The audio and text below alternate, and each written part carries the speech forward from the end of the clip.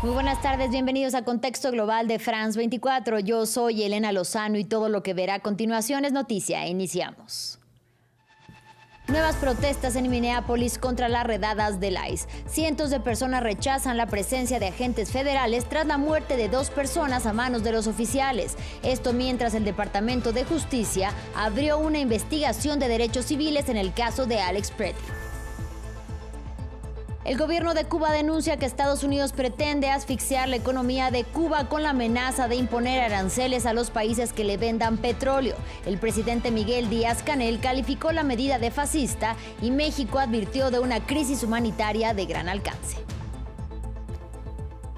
Turquía quiere ser mediador del conflicto entre Estados Unidos e Irán. El presidente Recep Tayyip Erdogan ofreció a su homólogo iraní Masoud Pezeshkian asumir un rol de facilitador para que Teherán y Washington se sienten a negociar antes de que Trump cumpla sus amenazas de atacar al país persa.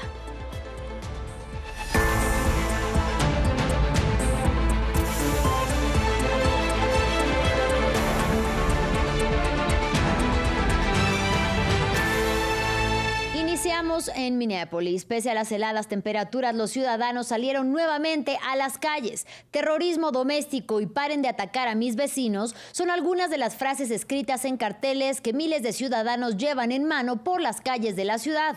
Protestan contra las redadas migratorias del ICE y la muerte a tiros de 2 ciudadanos estadounidenses, Renee Wood y Alex Pretty. Mientras tanto, el Departamento de Justicia anunció que abrió una investigación de derechos civiles en el caso de Pretty en un cambio de tono de las autoridades que hasta hoy habían centrado las investigaciones por el uso excesivo de la fuerza por parte de los agentes. Escuchemos.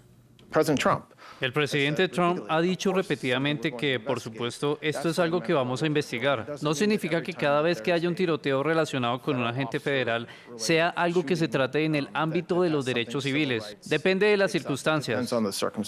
Continuamos en Estados Unidos porque este viernes se termina el plazo para que el Congreso adopte el presupuesto federal y evite así un nuevo cierre parcial de gobierno. Después de que el Senado no lograra votarlo el jueves, Donald Trump afirmó que se alcanzó un nuevo acuerdo de financiación. Sin embargo, los demócratas y los republicanos no logran ponerse de acuerdo sobre la financiación del Departamento de Seguridad Nacional, que es la agencia que supervisa el Servicio de Inmigración y Control de Aduanas, ICE. Veamos los detalles en el siguiente informe.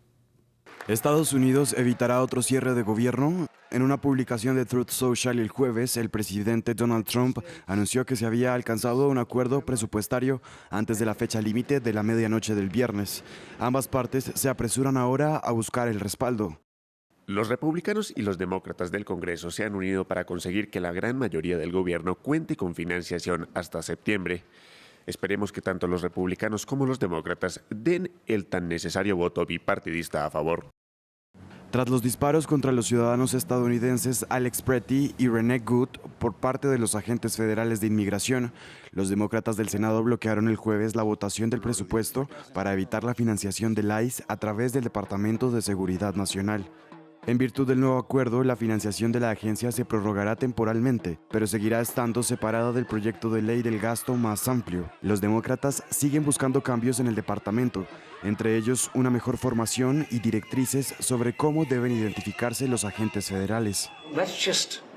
Acabemos con las actividades ilegales, devolvamos al ICE a lo que era antes, cuando se identificaban y no iban por ahí en bandas itinerantes sin órdenes judiciales. Algunos de los protocolos tradicionales bajo los que operan literalmente desde hace años y años.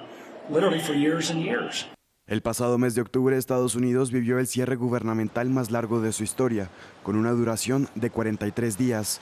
El enfrentamiento sobre las subvenciones al seguro médico llegó a su fin cuando un pequeño grupo de demócratas moderados se puso de acuerdo con los republicanos para aprobar el proyecto de ley de financiación.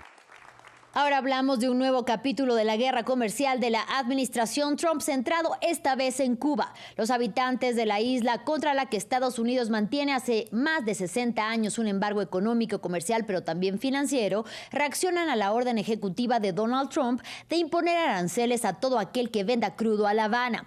Uno de los países que sigue mandando petróleo a la isla del Caribe es México. Por ello, su presidenta, Claudia Sheinbaum, alertó de la posible crisis humanitaria que podría haber en el país. El informe es de Jesús Yajure. El cerco a Cuba es cada vez más estrecho y ahora que Trump quiere imponer aranceles a todo aquel que le venda petróleo a la isla, sus habitantes no tienen otra salida que contener la respiración. Yo pienso que Cuba sea una amenaza para Estados Unidos, entre comillas, según como tú lo veas. Yo creo que Cuba es amenaza para los cubanos, no para Estados Unidos. Para los mismos cubanos que sigue el gobierno, es amenaza para los mismos cubanos. La medida que va a tomar Trump es un poco, creo que dura, porque al final el que va a afectar va a ser al pueblo, no al gobierno. Debe ser un poco más caliente la vida en el país cubano, es lo que yo pienso. Porque salida no tenemos de hace tiempo y cada vez que viramos para atrás lo vemos peor. Desde México, uno de los pocos aliados que le quedan a La Habana, lamentan esta medida de presión. La aplicación de aranceles a países que suministran petróleo a Cuba podría desencadenar una crisis humanitaria de gran alcance, afectando directamente hospitales, alimentación y otros servicios básicos del pueblo cubano. La presidenta mexicana dijo que su gobierno estudia alternativas para ayudar al pueblo cubano, ahora que de facto es el principal proveedor de crudo para los cubanos. Un efecto dominó que comenzó con la captura de Nicolás Maduro y de la presión de Washington sobre Miraflores. Ahora que Venezuela se encuentra bajo la lupa de la Casa Blanca, La Habana perdió a su principal valedor. Y Trump, mediante la firma de una orden ejecutiva esta semana, dejó claro que todo aquel que mande petroleros a la isla recibirá la ya habitual reprimenda del despacho Oval. En otros temas, en África, más de 200 personas murieron en la República Democrática del Congo a causa del colapso de una mina de coltán en Rubaya, al este del país. Entre las víctimas hay mineros, niños y mujeres. El derrumbe ocurrió el miércoles, pero hasta hoy la cifra total de muertos no es clara. Se trata de un sitio controlado por los rebeldes del M23.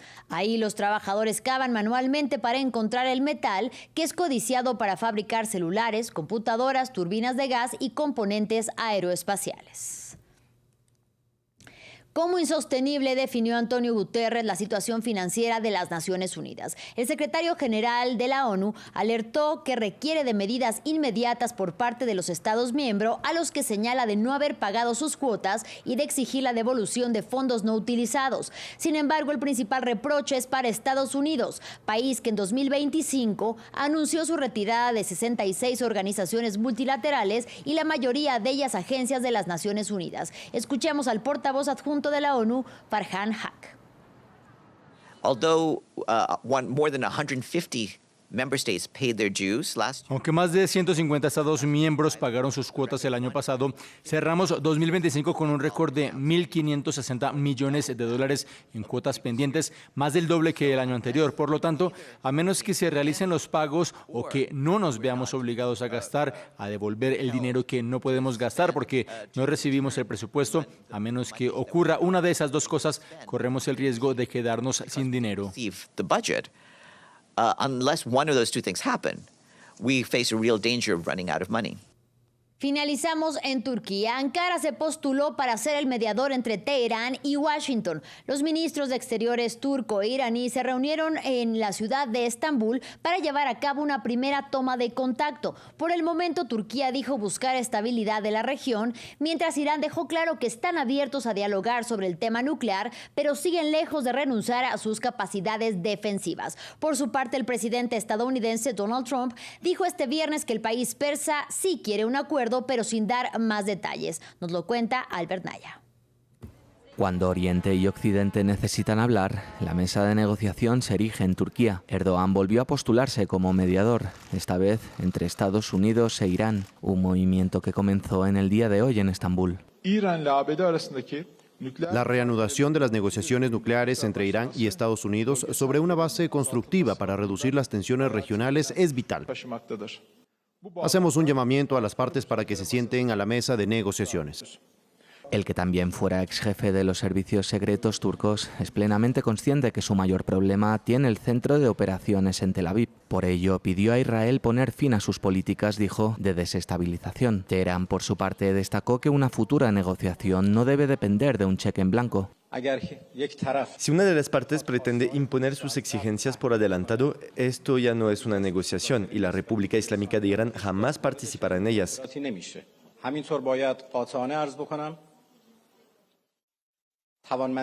Las capacidades defensivas y de misiles de Irán nunca serán objeto de negociación alguna.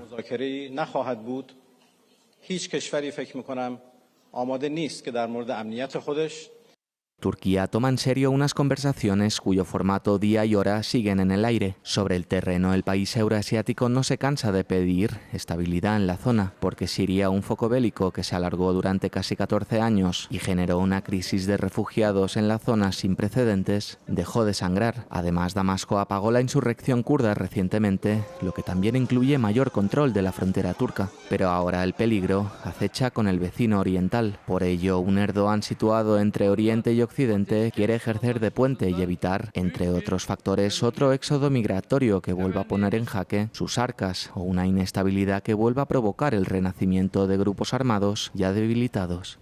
Fin del informativo, gracias por su compañía y hasta la próxima.